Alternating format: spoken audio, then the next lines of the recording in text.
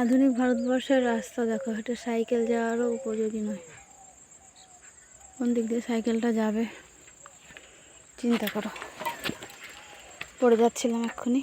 এটা হচ্ছে রাস্তার এক পাশ, চারিদিকে গর্ত, মোরাম বলো কিছুই নেই, সব উঠে চলে গেছে, মাটি শুধু।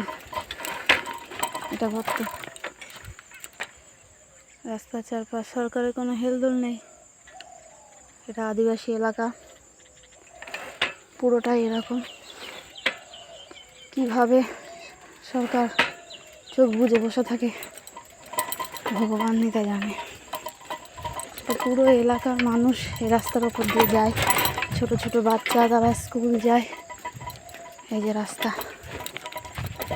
যে এক হাতে সাইকেল চালাচ্ছি, এটাও মারাত্মক ব্যাপার। দেখো রাস্তা।